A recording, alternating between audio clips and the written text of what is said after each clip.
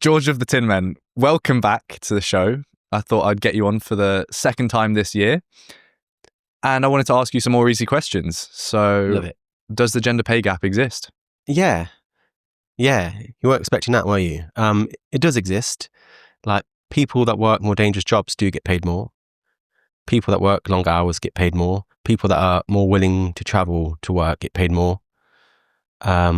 Just so happens that men are more likely to do those things than others. Like, people that don't take child leave to raise children get paid more, as they should.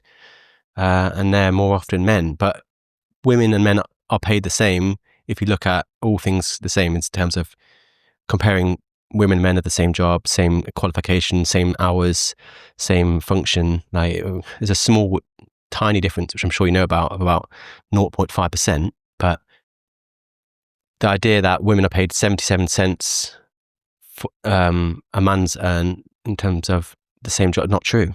But yeah, men and women work different jobs. They have different behaviors. They want different things. They work different hours. They're not the same.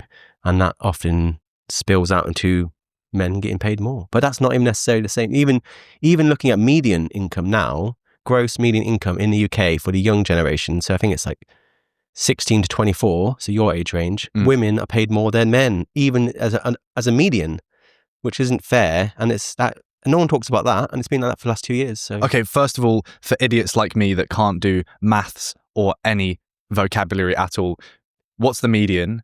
And why women's median now higher in my age range? So when people talk about the pay gap, usually if you scroll down and look at whatever small print, it will be an uncontrolled pay gap, which is just women on average versus men on average. So you take the average woman and the average man, the man's paid more, typically speaking.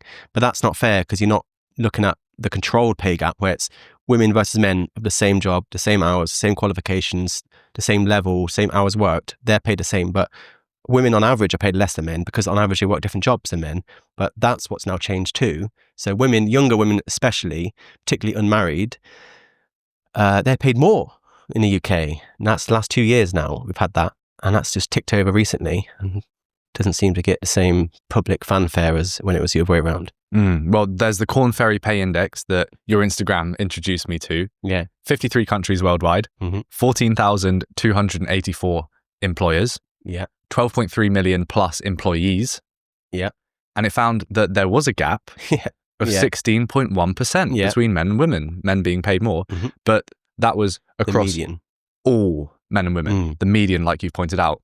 Then you take men and women doing the same job, it instantly falls to 5.3%. Then you take men and women doing the same job at the same company, it falls to 1.5%. Then you take men and women doing the same job at the same company with the same function, it falls to 0.5%. Right. So yeah, you're going from, you're adding the controls. You started off with women versus men, which is essentially, you're going to be pairing like a female teacher versus a male brain surgeon. Obviously, the brain surgeon's going to get paid more regardless of sex. And then you've moved up and you're adding the controls to the point where you're comparing a female brain surgeon with a male brain surgeon, both at the same hospital, both doing the same sort of surgeries, both working the same hours. She's paid 0.5% less than him, which is statistically insignificant and still worth exploring, but it's certainly not 20% or 25%. That's what I'm often told. Something that often just gets completely omitted from the conversation is the 1963 Equal Pay Act in America that specifically makes it illegal to pay women less than men. And something that I don't hear said a lot is, if following the logical conclusion of what these people often say, these companies are just hungry for money, they're misogynists, and they're just paying women cheaper wages because they hate them. Why don't they just employ women? Because they'll save a bunch of money. Yeah, because they know the truth and that they know they'll be paying those women the same as the men. But it is definitely an important conversation that we're not having, where why are women attracted to, generally speaking, lower paid jobs, although that is changing. And I think that's worth having, but that needs to be had on a base level of, this is not down to sexual discrimination. This is just valuing different jobs differently. And we also need to think about maybe it's men that are being attracted to the higher paying jobs because they have a different set of expectations placed upon them. I think that's an interesting conversation. Why do men go for the more lucrative jobs? So we're talking about economic capital versus cultural capital. Women, generally speaking, are drawn towards the cultural capital side. They want to have experiences, they want to have flexibility, they want to learn new skills. But men just want money.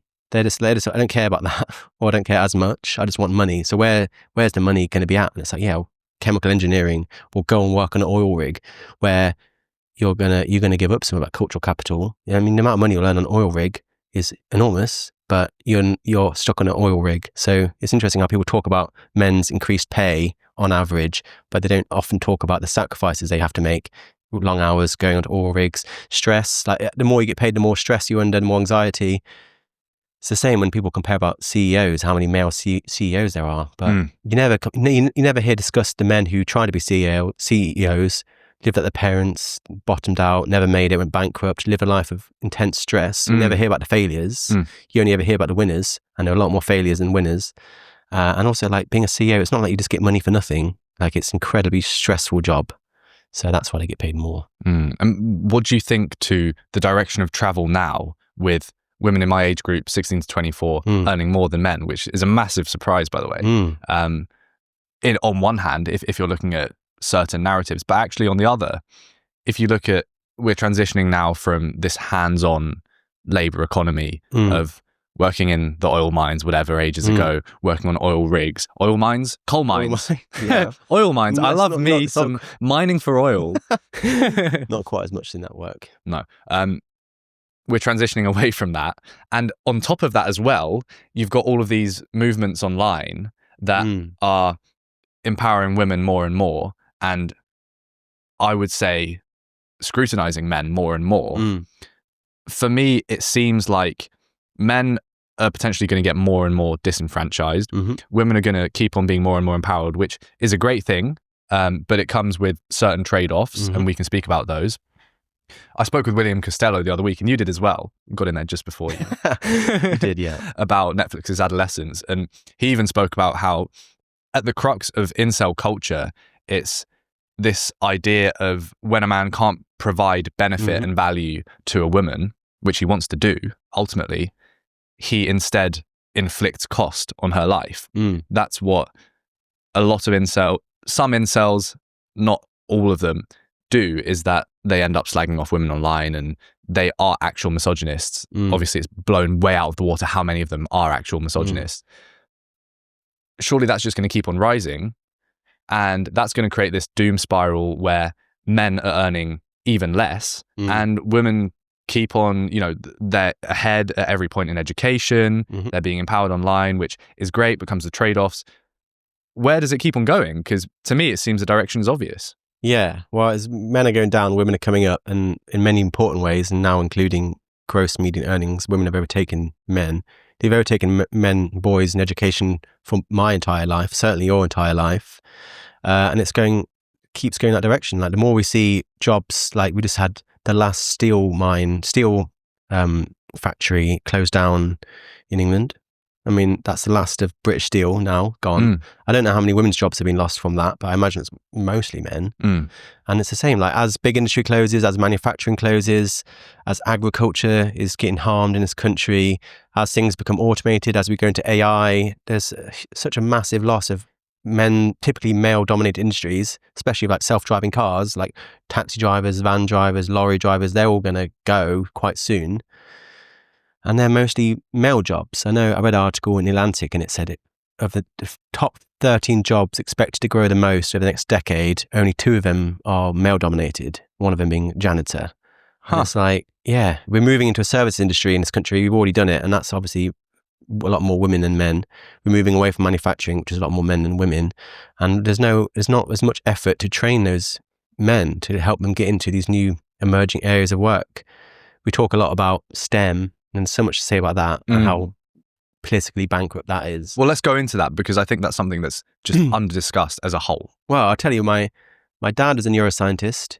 My mum was a biologist. My sister works in psychology. None of those are considered STEM. Like, neuroscience is not considered STEM. Biology is not considered STEM. Psychology is not considered STEM. Why, I do not know, because they're obviously sciences, and they actually diminish the people such as my family, who are incredibly intelligent, by not calling them, and they are scientists. STEM specifically means certain areas of science, only chemistry and physics, not biology, technology, engineering, mathematics. And there's so many areas like medicine, doctors, nurses, psychologists, not considered STEM. So if you actually look at true STEM, at all the sciences, according to UCAS, then there are more women in STEM than men as well. But what I think is interesting, there's another term that no one ever uses called HEAL, which is health, English, administration, and learning. So that's like teaching, nursing, healthcare, that we need to get men into. And that is a massive industry right now. There's like several times more work in HEAL than there is in STEM, and very, very few men working as teachers or as psychologists. And it's getting worse and worse and worse. And we need to start talking about more men in HEAL. The STEM discussion, in my opinion, is done. Like, if you look at the true definition of STEM, rather than this political neologism, then there are more women in STEM than men, but only if you consider biology and psychology and such things as sciences, which obviously they are. I want us to be super clear on this essentially self-elected pay gap that does exist. Yeah. Because that's going to raise a lot of alarm bells to people, and maybe they'll push back and say that's because we are living in a patriarchy and these women have been oppressed to the point of diminishing their dreams and thinking that they have to settle for smaller jobs and be more safe with their choices rather than take the risk like these male CEOs are doing. What would you say to that? I feel like they are taking the safe option. They already are. Those are safer jobs than the CEO, where you're going to end up, successful, or you're going to end up, like I said, living in your parents' basement with nothing. And there are far more of the latter than the former. But yeah, it's important we look at, and there's discussions to be had around the pay gap, but we need to understand that women and men make different choices on average, and they have consequences. That's not, if we're going to have a discussion about should we pay teachers more or nurses more, which are mostly women, absolutely. But that's not just female, but male and female teachers need to get paid more. And there's an interesting discussion right now, an interesting lawsuit, the biggest pay gap lawsuit in history happening right now in this country with Asda, of all people at the centre. And they're basically having an argument where shop floor workers are demanding to get paid the same as factory workers. And that's been seen as like a proxy war for the pay gap, because most of the people on the shop floor of Asda are women. Most of the people on the factory floor are men. The shop floor people are saying we want to get paid the same as the factory people, but they're just not the same job.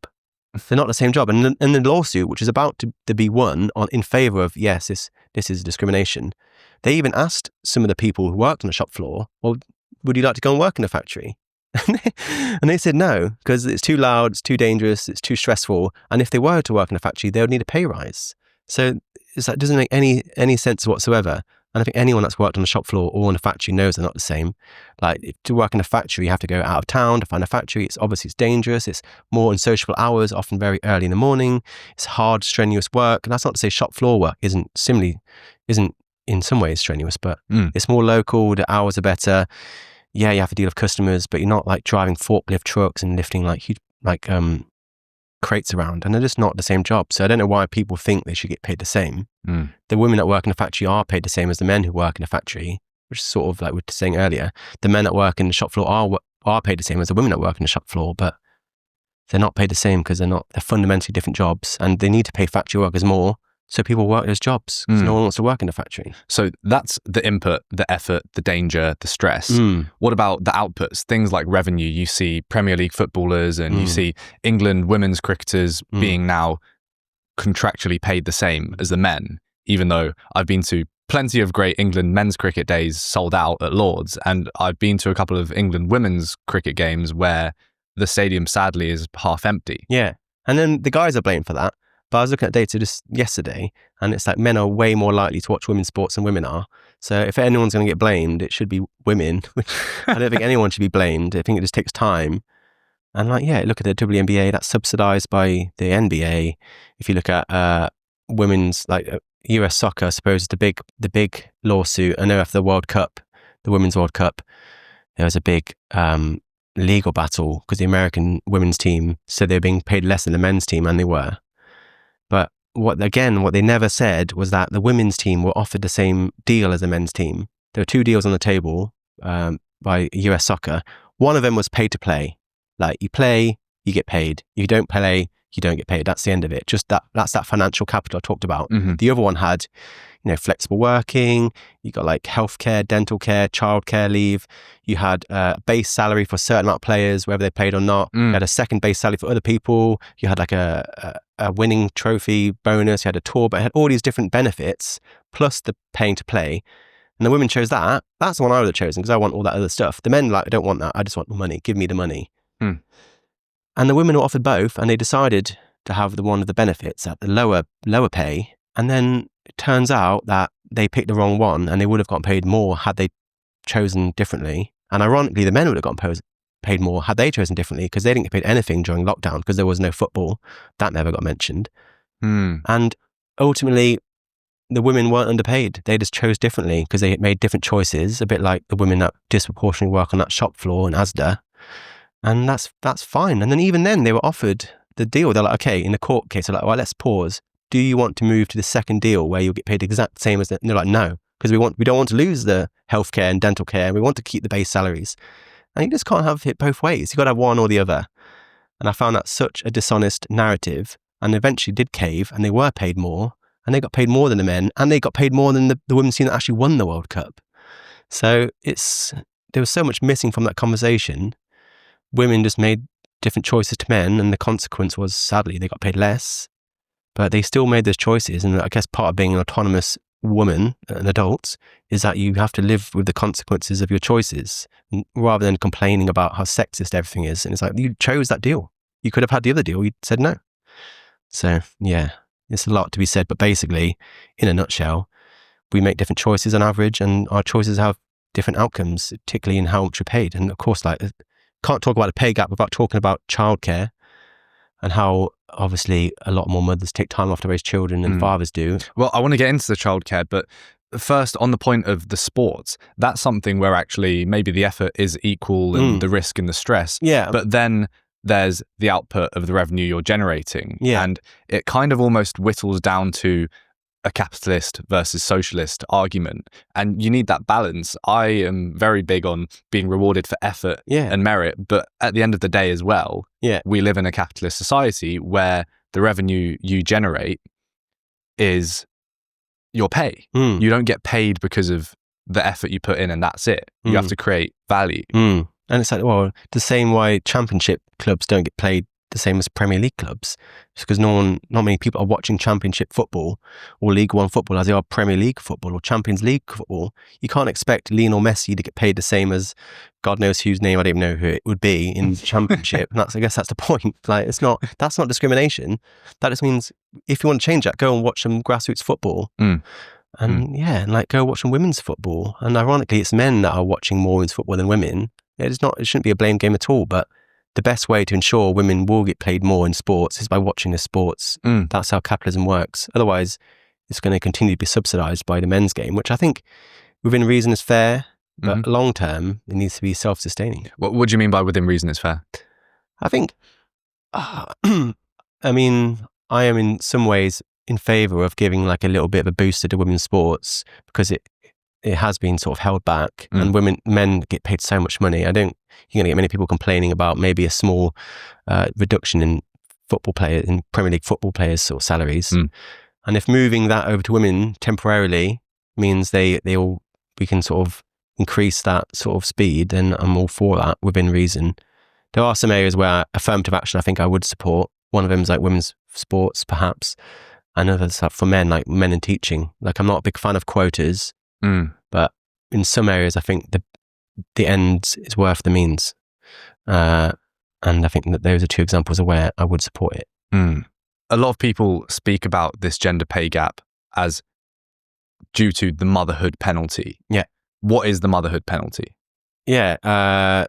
Well, it's basically when you have a child, and typically mothers choose to leave work. They're not oppressed into it. I mean, I'm sure some of them aren't getting exactly what they want, but there are loads of fathers who want to be at home with their children don't get to do that either.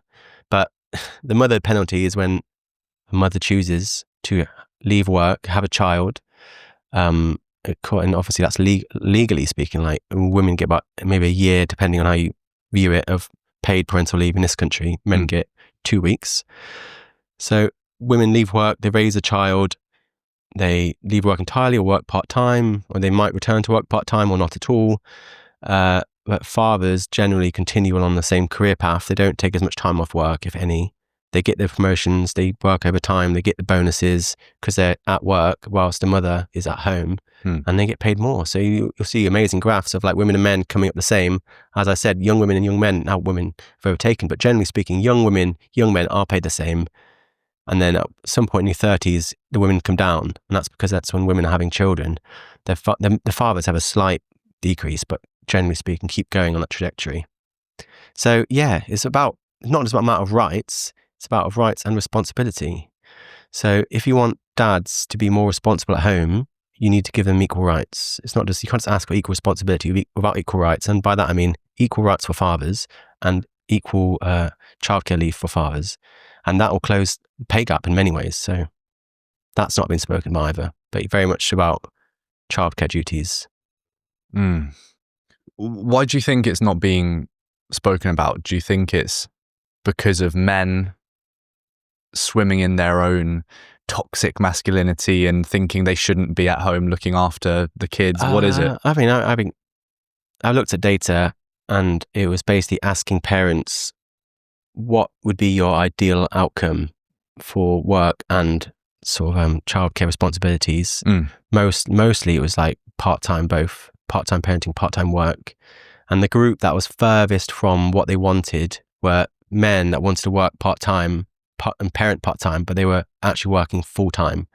So they're the ones that were not getting what they wanted the most. And the group that was most in line with what they wanted were full-time mothers. So the problem seems to be more focused around a lot of men that want to be at home raising their children, but they can't because they have to work. So I just think it's about looking at choices made out of necessity often, and not seeing in terms of what you're talking about, where does it come from? I think it's just down to a very unilateral view of sexism, where people don't think men can experience sexism, and don't think fathers can experience sexism. And like one day spent outside of family court would totally destroy that myth. Because men do experience sexism, as do women. Fathers experience sexism, as do mothers. So I think a lot of it's down to a very stubborn, narrow-minded, quite belligerent view of people's perspective of sexism, which only ever goes one way. I think with all of these things as well, oftentimes they are based in a misguided way on something that's happened in the past. So I think it's nice that people are suspicious of the fact that women may be forced into just raising kids, staying at home in the kitchen like they used to be. But even it's flogging that's a presumption I would want to challenge as well. Well, let's just go back in time to a pre-industrial country where work was like you're in fields, you're in factories, you're doing like hard graft. Let's also go back where there are no white goods at home, women don't have reproductive control, there is no pill, there are no condoms. Like half your children are going to die before their 5th birthday. If you had to go into a field to farm the land, who's going to go into that field? It's the men, because they are bigger, they're stronger, they have higher stamina, and they don't have to deal with a lot of the childcare, sort of the burden of childcare in terms of the biological part of it.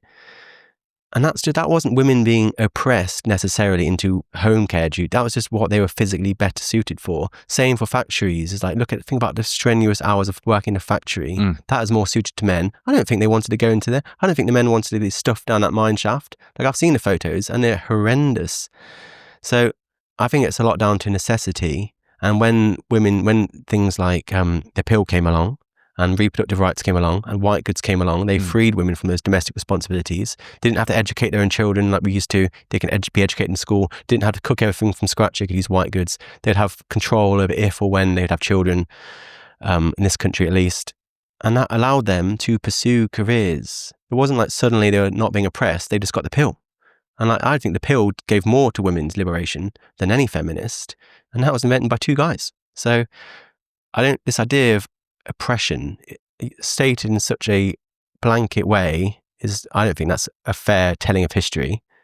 I'm sure there's certain parts of it like that, but again, it was just about necessity. You're not going to get women tolling the fields and pulling plows and loading up like hay bales and stuff, because it's more suited to men, physically speaking. Yeah, you see people speaking about the two biggest liberators for women in history were the pill and the dishwasher. Yeah, microwaves, ovens, all of that. And I think this is what I was going to say. Those jobs that they were doing, dealing with kids dying at home, there's so much value in that, so much pride. And hard work. Hard work. Yeah. But now we don't have kids dying, luckily, as much. Infant mortality's absolutely dropped. But you still have to deal with the hardships of raising a kid. And there's a lot of honor in that. But it seems that whilst women are being told that they're free to not have kids, they're not being told that they're free to have kids. It only goes one way. Yeah, and I'm obviously a big fan of women's choice, and whether that's to be a CEO or a mother, that's equally respected. I mean, that's your choice. I respect both. A lot of people don't feel that way. They want women to be boss bitch CEO, and they'll see that as more worthy of a woman's time and effort than being a mother, which I don't agree. And even if that is how I felt, it doesn't matter. My opinion of women doesn't matter. It's like, what do you want to do with your life? But yeah, I mean, just to reassert your point, I don't want to paint sort of an asymmetrical view of history where men had it hard, women had it easy. Absolutely not. Like, both women and men had it very difficult. The line between who had it easy and who had it hard was not of sex, it was class. And like, yeah, a man tolling the fields, getting stuffed into mine shafts, working in factories is difficult. But then a woman at home feeding, educating, raising several children, half of which, and I'm not even joking, half of which will die by their 5th birthday, up until 1800, that was the case. That's hard as well. That's just as hard in different ways. And I don't think she had the choice any more than her husband being stuffed into that mine shaft had the choice. It's not like he can be like, you know what, I'm going to stay home today. It's like, no, you got to go. And the same is true now, to a less extreme extent, thankfully. And we should all be grateful that we're not born 200 years ago, where that would have been the reality for all of us. And instead, we get to sit back and do podcasts for a living, which is just like, thank you very much. That's a real privilege. Privilege of being born today in the UK and to be part of the middle class. That's where the real privileges are. Like, my skin and my sex are arbitrary in comparison to that.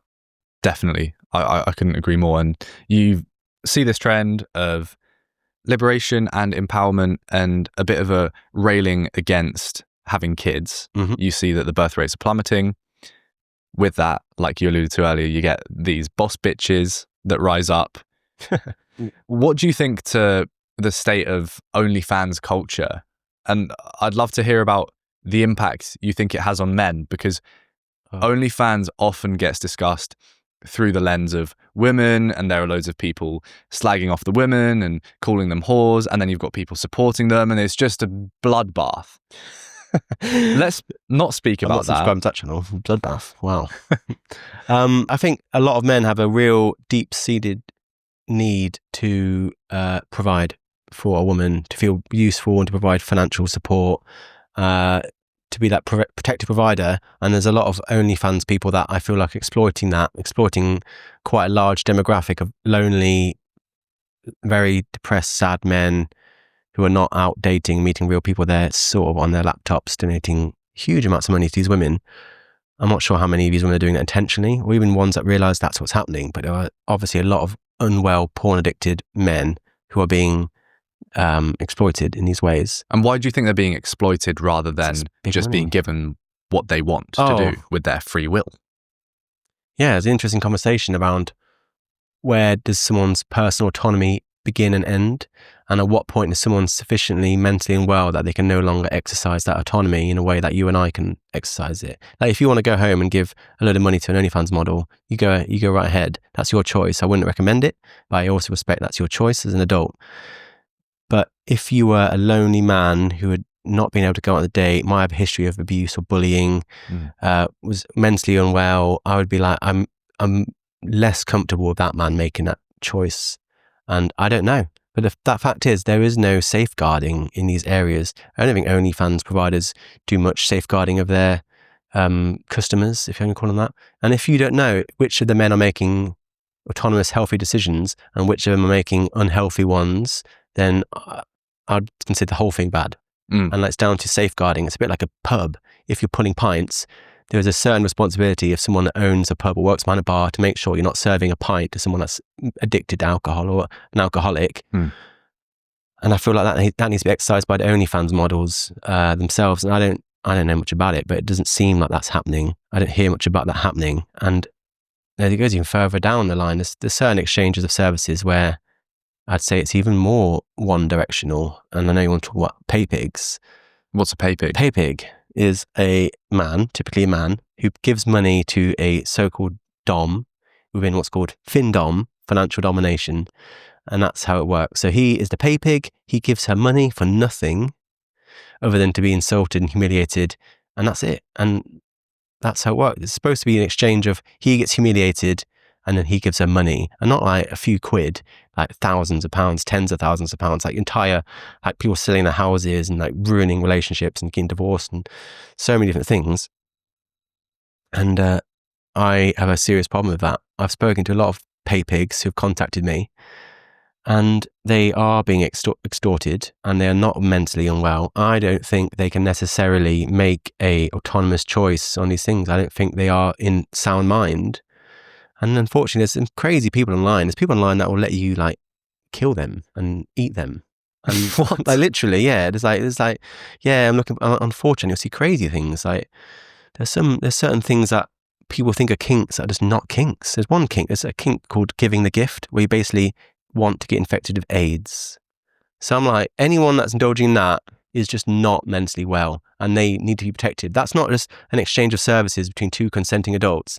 Both of them probably are just not well, and there needs to be some sort of stopping of that. Where the pay pig comes into that, I don't know. I think we can all agree that two people shouldn't be able to intentionally infect AIDS upon each other. That's bad. Pay pig is up here. Where do we put that which side of the autonomy scale is that on? I don't think we know. And unless you're safeguarding your clients as a fem dominatrix, then you're abusing that man. Like you don't know. If you don't know, then I'm going to assume that you are. And I think it's, like I said, down to the people that sell alcohol or betting shops. They need to exercise a certain amount of responsibility. They have a duty of care, and they need to do that in sex work. Like I believe sex work is real work. But part of being real work is having responsibility of your clients and safeguarding your clients and taking that duty of care seriously. Like you operate a business, you're responsible that one of these lights doesn't fall down on my head. And I have no insurance, by the way. Yeah, well, I'm glad you admitted that. I just got insurance. Okay, you just got insurance. But you need to operate as a business. And if sex work is going to be real work, then operate like real work and have some respect for your clients. And don't just take from them and then call it a fetish. And like a lot of men's lives are being ruined by Vindom, for sure. And there's a lot of like this get rich quick girl sort of attitude is really impacting that. And a lot of them are just exploiting mentally unwell men. There's no kink there. There's no fetish there. You're just exploiting someone. And I say that as someone that's entirely pro-sex work. But as long as we're sure two consenting mentally well adults are actually doing this out of their own free will.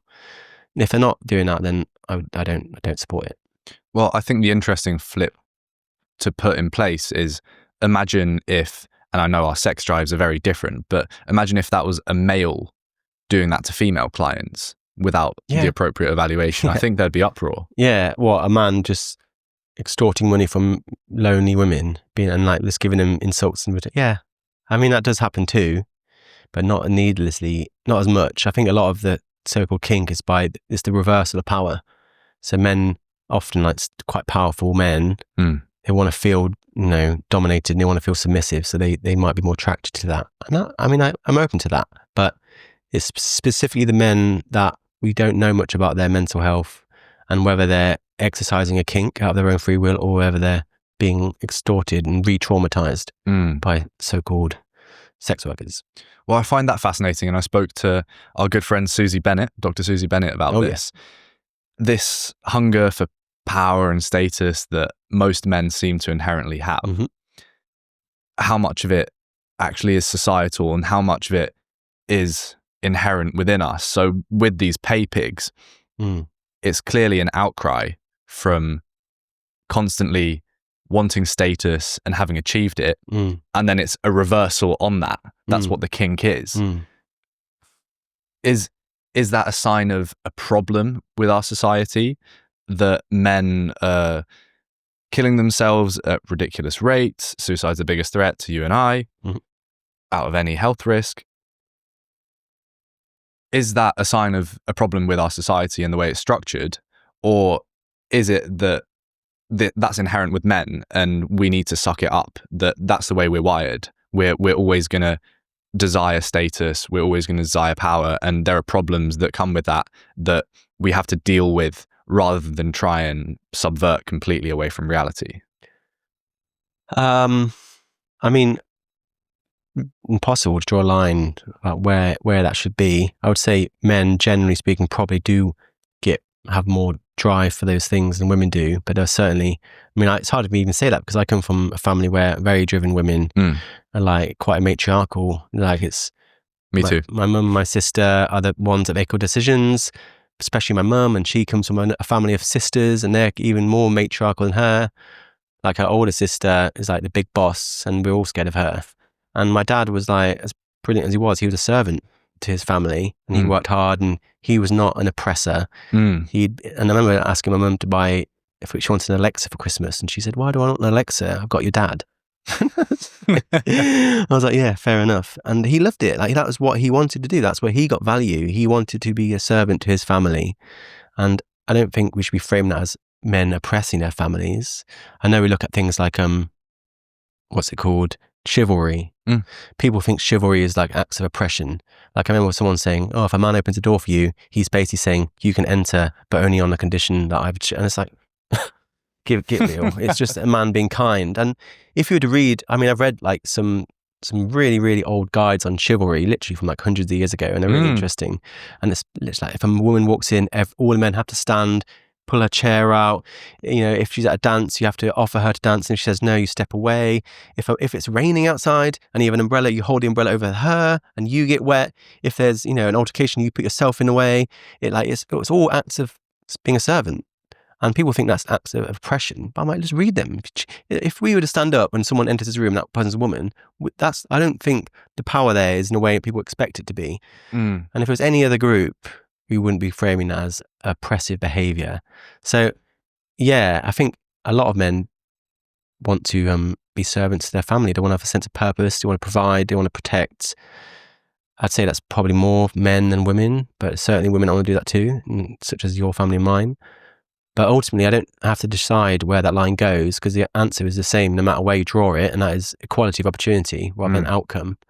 Like, I don't know how many women really want to be engineers, but as long as I make sure that women and men have the same opportunity to become an engineer, then wherever the chips go after that is where they are. Yes. Like, I don't think engineers are going to be 50-50, but I don't think it's 1 in 5. I think maybe slightly higher, but I don't know. It's like a hypothetical thing. And ultimately, like I said, the solution's the same.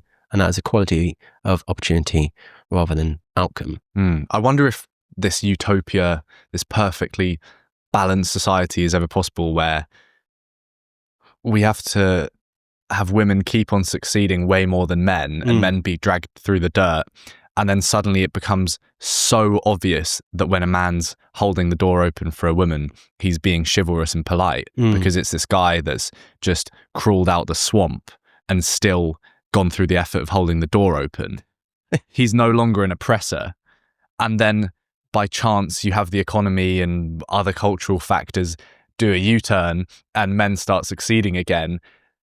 But you still got chivalry, and then suddenly it all works out. I don't know. I can't see it ever being perfectly balanced. It feels like one comes with the other. As soon as one group is succeeding in certain ways, people are always going to pick holes in it and complain. Yeah, I mean, I think it's just the perspective we have on these things. I don't think anyone would see chivalry as acts of servitude. Apart from conversations like this, people think it's offensive to women. They think and it can be infantilizing as well. But there's more than one point of view. People don't really struggle to have two opinions on the same thing at the same time. And I really would encourage that. There are certain ways in which women have been held back.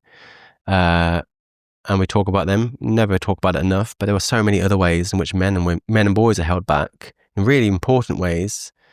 So it's important that we talk about the pay gap and specifically how and what causes it and how it can be closed. But then there's also the other gaps.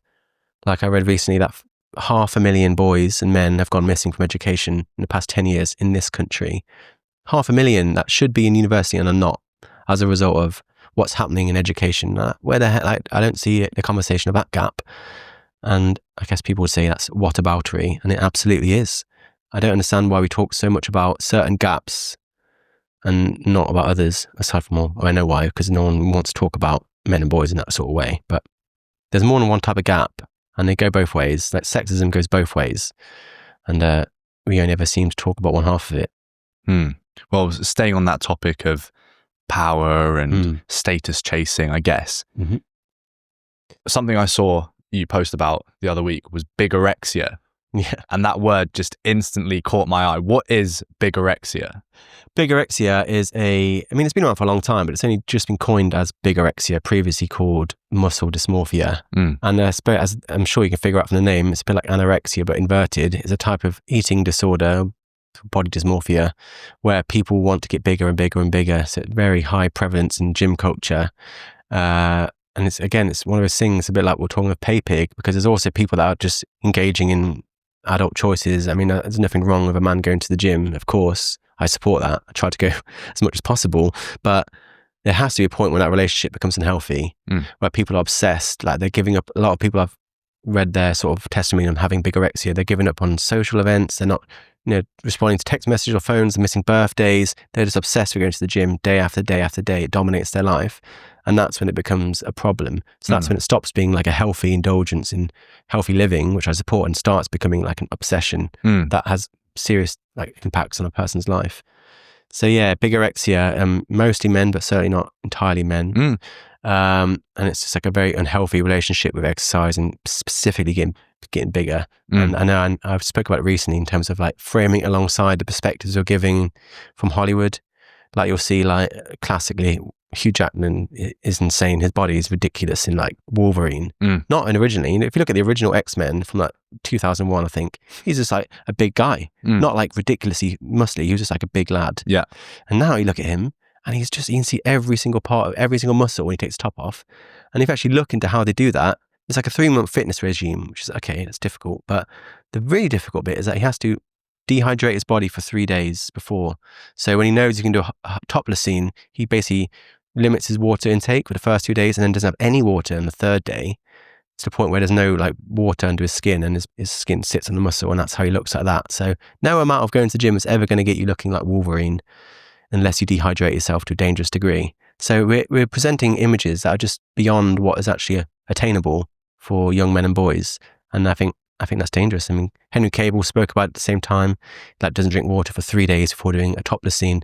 And he said he could like smell water at the end of it. He was so dehydrated, he could smell water. And like, I just don't think that's healthy. I don't think that's healthy at all. Like, I want to support presenting like body types that men want to achieve, encouraging them to achieve them, but there has to be a point where it's just not possible. And we've gone beyond that. And that's where bigorexia begins. You present these unrealistic standards, and that leads to lives that aren't real pursuing them. You have to sacrifice everything that's normal, like seeing friends, like going to the pub and having a drink, like seeing your family, to just be in the gym 24/7. And I don't know if this is my confirmation bias, just because we're speaking about bigorexia and I want to be in the loop with it, but I feel like I've really noticed a shift the last few years of these gym guys where it no longer becomes a means to an end of going out. Like, do you know what? No, it's not confirmation bias, because I've seen the history unfold of gym culture. You used to have people, do you know who Ziz is? Nope. Ziz was this guy, Australian bodybuilder, on Instagram. This was the dawn of Instagram, and he had his top off. He'd always flex like this. That was his iconic. That's going to get clipped and put as a Nazi salute. I'm going to get called far right. And his whole thing was saying, "I'm a sick cunt. I'm better than you," being really cocky, narcissistic, horrible. But the gym was always a means to an end, to chasing this status and getting women and banging hot chicks and whatever. But it was at least a means to an end. And he wasn't just in the gym, he was out partying. That was kind of the flex, was this lifestyle. Whereas now it's transferred to people forgetting why they actually started, and it's being used as a crutch to escape from reality, essentially, from what I've seen. So you've just got people slaving away in the gym for no particular goal. They're not showing off their gains to everyone because they're wearing baggy clothes. My mum actually criticized me for this. She's like, you go to the gym, you work hard, but you just wear baggy hoodies all the time. Like, who's going to know? Yeah. So I guess I fall into it too. But yeah, there's a fine line, like, between doing something for results and enjoying it and it betters you as a person, and just using it as a crutch. Yeah, it's a fine line for everything. I don't want to present anything in absolute. So I don't want to say going to the gym is bad, because that's obviously not right. Yep. But there is a line where going to the gym obsessively can become part of an unhealthy set of behaviors, and we need to talk about where is that line. And like, it's like gambling, which is another really important point to talk about. But I've been, every now and again, I place a bet on my football club. It's not a huge amount. It's like $5, and that's it. That's fine. But then people like waste their entire lives and destroy their marriage and relationships and end their lives as a result of gambling addiction. That's obviously way beyond that line. So there's a line everywhere, everything in moderation.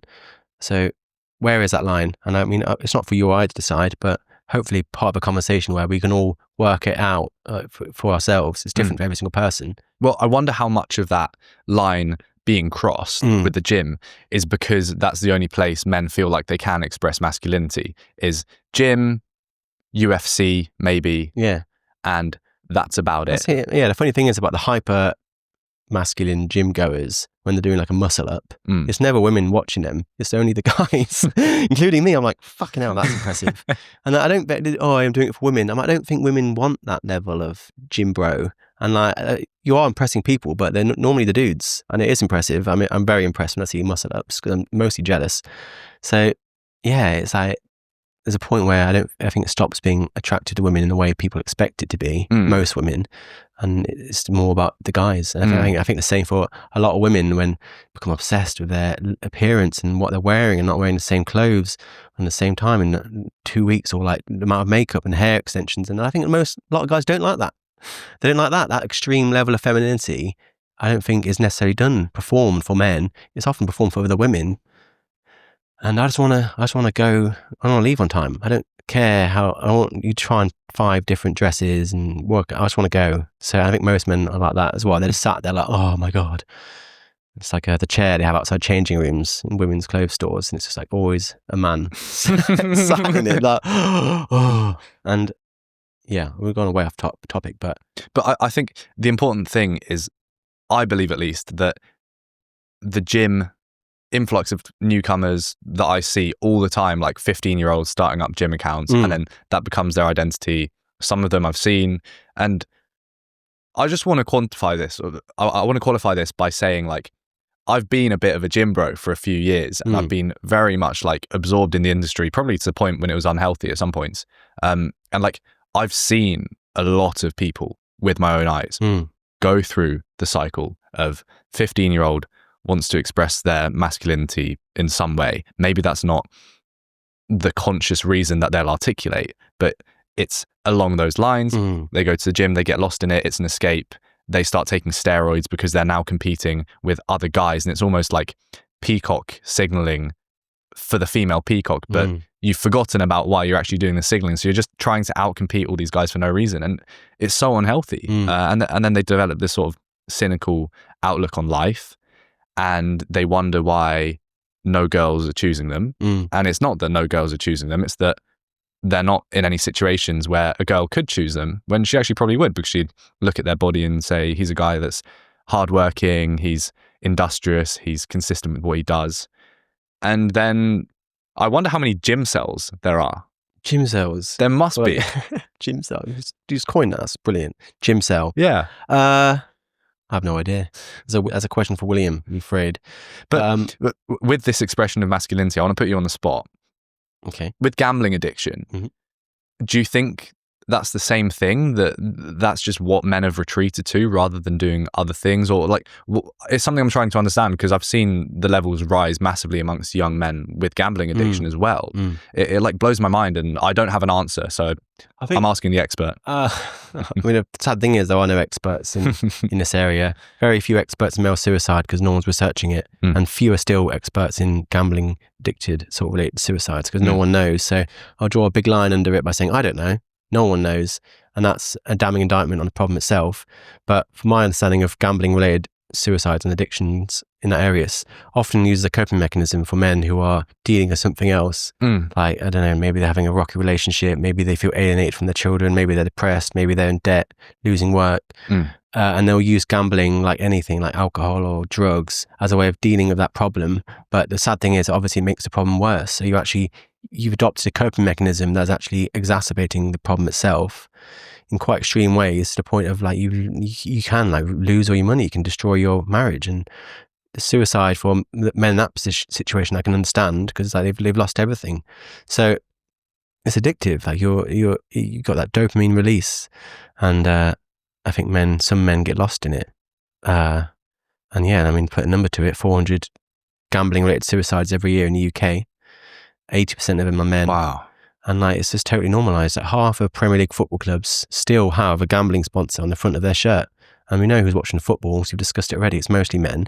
So they're being bombarded with this like really bright advertising, corporate messaging, literally on the chest of their football heroes. And yeah, they're going to go and gamble because it's obviously tied to sport.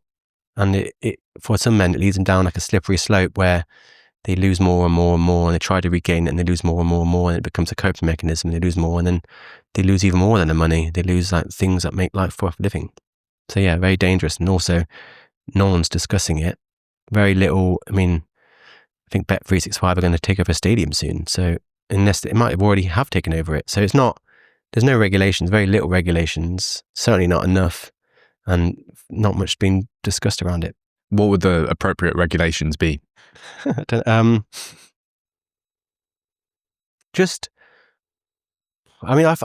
a big fan of just having honest, transparent conversations and allowing people to make whatever choices they want. Like, I want bigorexia. I want people to understand what bigorexia is, how it impacts people, what the signs are, where that line is, and then people can decide for themselves where that line is. I don't want to be like, you can only go to the gym for 6 hours a week. Any more, you're not allowed. I don't want to be like, you can't go to gambling shops for X, Y, and Z. I just want to have a free flow conversation of information so people can understand what the full picture is, and then make a decision based on their own unique circumstances. Maybe it's fine to gamble more than I gamble, maybe every week or every other week. That's fine if that works for you. But those decisions need to be made on a complete picture of information, which is desperately missing right now. I don't think people realize how dangerous, how many lives are lost to gambling addiction.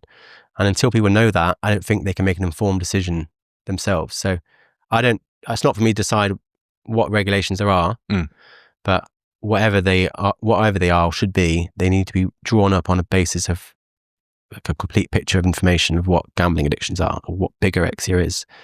So yeah, I don't know, but I know we don't know enough. So yeah, there's my answer. A running theme through this whole conversation so far has been power and the dynamics of power. What are the different types of power? Well, yeah. Normally we talk about hard power. Hard power is what you hear discussed all the time in gender equality and more generally speaking the news. But like CEOs, politicians, board directors of FTSE 500 companies, presidents, prime ministers, mostly men, almost entirely men. Men have more hard power. That's when you hear men rule the world, men built the system. Hard power. But there's also soft power, which is the power to negotiate, to influence, to build coalitions, to pressure people. That's more operated by women. Women are the ones that have more influence, more negotiating power. And I'm not talking about hard in terms of in Westminster, because ultimately we're not in Westminster. Most of the people, if not all the people I know, are not working in Westminster. I don't know many CEOs. I don't know many presidents of the United States. I don't know many MPs at all. The decisions that are being made by most people are normal, mundane, everyday things. So there's a survey of, I think, 2,000 couples, and they asked them, like, who makes the decisions in your household? Things like, when are we going to bed? What are we watching TV? What are the kids going to eat for dinner tomorrow? Where are we going to go on holiday? Like normal things, like not like selling shares or invading countries, that hard power is associated to, that's not relevant to men at all, really. The things that are relevant to normal people. The fundamental building blocks of life. Yeah, I don't know about you, but I'm not going at home selling share portfolios or investing in businesses. I'm going to have an argument about what we're going to watch TV tonight, and I'll probably lose that argument. And the study I saw of 2,000 couples found that of 16 normal questions, like the ones I mentioned, women had more power in 14 of them. Men had power in 2 of them. I think one of them was like something to do with the car, like where we're going to get the car replaced or what car we're going to buy. Unsurprisingly, that was the one of the 2 decisions that men get to make. The rest of them are owned by women. So you're very right to say men have the hard power.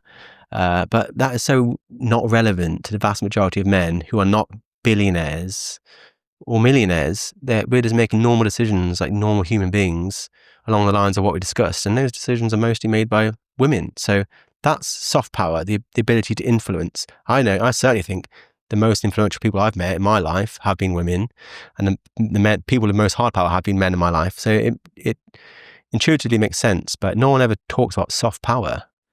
And I think that's really, really important now. I guess it's harder to quantify. Hard power maybe leads to money, which we all seem to value nowadays as a sign of status and success. So maybe that's what's playing into it there. By the very nature of soft power, it's difficult to pinpoint where it is and who's doing it and how effective it is, because it's quite subversive. But I mean, if you look at like the big political movements of the past 100 years, I mean, feminism, for its many criticisms I've shared, I've always been inspired by how effective it's been, and women have proven themselves to be the role models for like change and protesting and organizing events and getting on your feet and doing things. That's soft power in many ways. That's like the ability to influence politicians to win rights for women. And I think that's what's missing in the men and boys sort of area, where none of the things we're talking about, we're not going to see anyone on the streets campaigning for them. And that's where I think we should be learning from women and then bringing women on board as well to help us. But yeah, I think soft power is very different to hard power, and I think it's exercised more often by women than men, and yet it's never mentioned in a conversation, despite it being the most relevant form of power to normal people such as you and I. Well, speaking about campaigning on the streets, I'd love to end just with the general summary of what's going on in the male rights advocacy world for our biannual meetup here. Well, what's been dominating the culture at the moment? Well, the big thing I'm always trying to solve, what the hell do you call it? Like men's rights is you're going to get a lot of eye rolls and hostility, so I just avoid that. Men and boys advocacy, it's a bit like, what does that even mean? A bit wordy. Yeah, the manosphere, which is no. Red pill was what used to be called. That's been co-opted and ruined. So I don't even know straight away. It's like we're tripping over ourselves. What do you even call this thing? But besides that, there has been some movement forward for a men's health strategy in the UK. So there is a women's health strategy as part of the NHS. And then above that, we have a women's health ambassador and a minister for women. None of those positions or that strategy exists for men. But now the government, West Streeting, has announced there is going to be a men's health strategy. What that looks like, I don't know. It's being decided as we speak by a number of different men's health organisations that I'm friends with behind closed doors. I think there's going to be a lot of argument about what is considered men's health. Some people seem to think men's health is entirely biological. So like talking about prostates and heart disease and blood pressure, and those are certainly men's health issues. But I'm in favour of a broader societal view of men's health, where we're looking at men who are being abused, or men who have experienced bullying, or men who are sexually victimized, that I would consider the men in prison, men losing children, family court. So those to me are men's health issues too. They require a lot more bravery than prostates. To talk about fathers' rights is a lot more popular than talk about prostate cancer, where everyone's on board. So I would really encourage those conversations happening that are going to firm up what the men's health strategy is. I want them to be very brave and be like, yeah, we want to talk about men who are abused by their partners, because that's a massive, massive detrimental impact on their health. I mean, there's so many suicides linked to that, and they deserve to be spoken about, because I consider that a men's health issue. So, But isn't it true that 97% of sexual abuse is perpetrated by men towards women? I'd love to read that survey. It does not sound like anything I've read. It really, I mean, you get different slices of the pie depending on how you cut it and who's cutting the pie. But no, I would say probably about 38% of victims of rape in America are men, meaning 2/3 are women. But again, like it's very difficult to differentiate.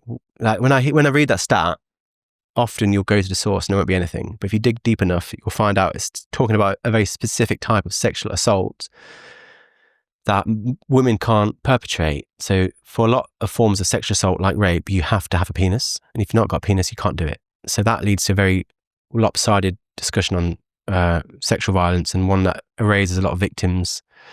So it's very difficult to understand. Well, doesn't that exclude women from being able to rape at all? Yeah. Unless there are certain ways in which, if you want to get into the weeds of it, there's such a thing as joint venture.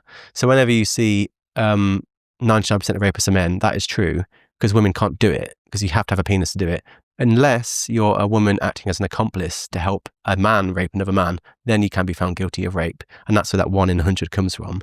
But aside from that, you can't do it. So there is nothing a woman can do to you, Elliot, like drug you, tie you down, use a weapon, that will ever be classed as rape in this country ever. It's not possible, legally speaking or academically speaking. So you will never make it into that 97% of rapists are men. It's not possible. And that exists in so many different levels where you're getting very untrue. The stat I heard is from 97% of women are sexually harassed. That came from UN Women.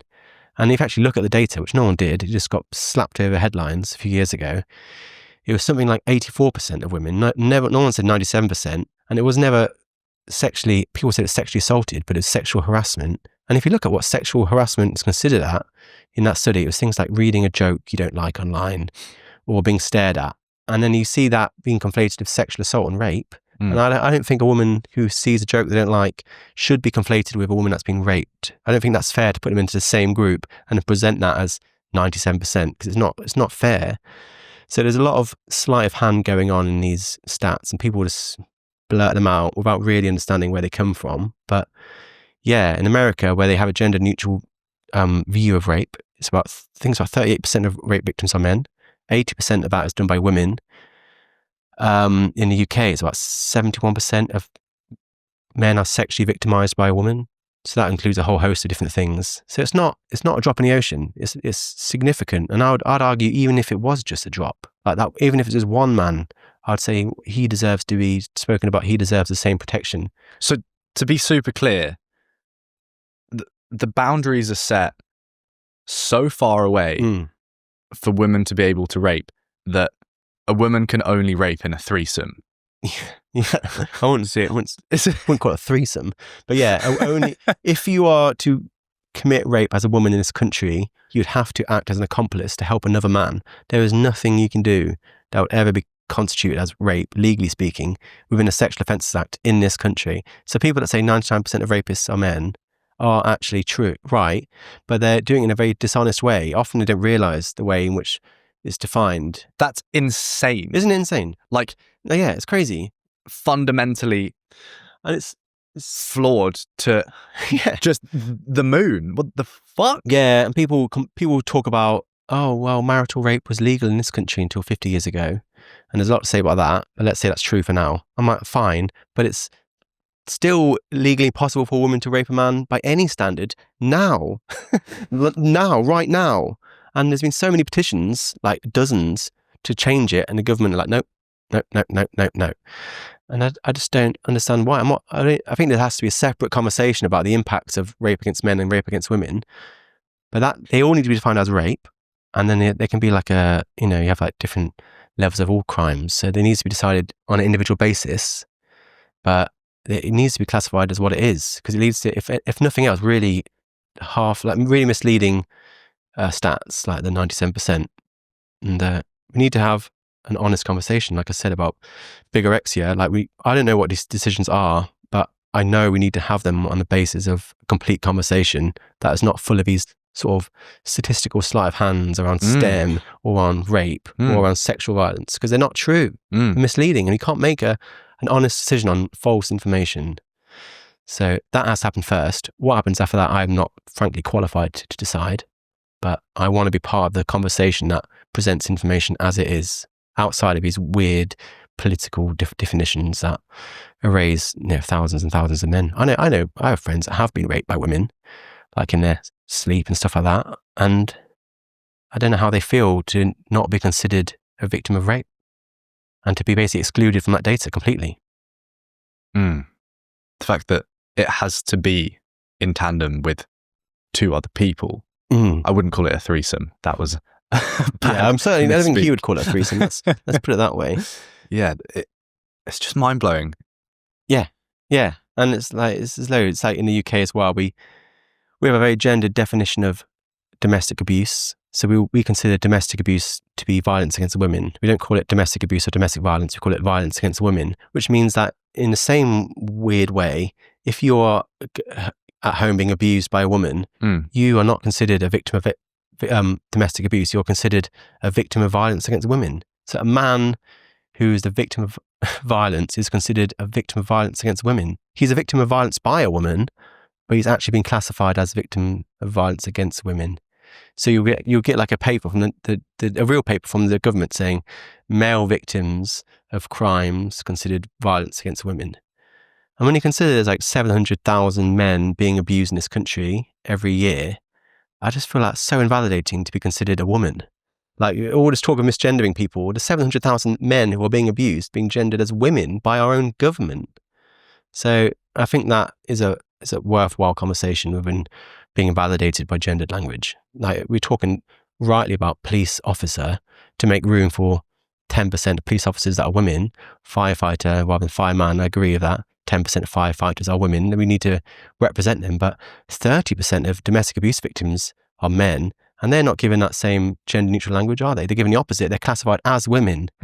So there's certainly a level of hypocrisy that is coming from certain parts of the left, and from all of us, to be honest, that is never discussed, and it should be. If we're going to be gender neutral, let's be gender neutral. What's next for the Tin Men?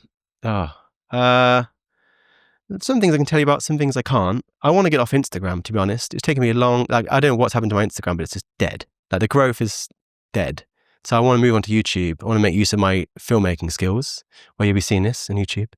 And I want to do video essays. I know Johnny Harris, I don't know how people feel about him, but his production is really good. Like he creates really great explainer videos about different areas of politics. I want to be the Johnny Harris of Men and Boys. So I'm currently writing my first one about domestic violence called The Big Lie. And I just want to bring together all my skills, basically creating an animated version of my carousels that will live on Instagram too, but the center point will be YouTube. I want to move the center point of the Tin Men to YouTube, and then Instagram can get the seconds on that. Sick. Well, yeah. I wish you luck with it. It's going to crush, and you're the so. only one doing it. So yeah, well, found a gap in the market there. Yeah, a big gap to fill. Yeah, unfortunately. Yeah, unfortunately. Yeah. George, thanks for coming on again, mate. Thank you. Where can people find, well, we've already said it a million times, but... The Tin Men. The Tin Men, all one word, Instagram. There are other accounts. Obviously, there's X, there's Reddit, there's YouTube. But for now, Instagram is still that center point. I'm just trying to move away and do more moving image stuff. But The Tin Men on Instagram, you'll find me. And subscribe on YouTube to The Tin Men. Thank you. Yeah, that sounds good.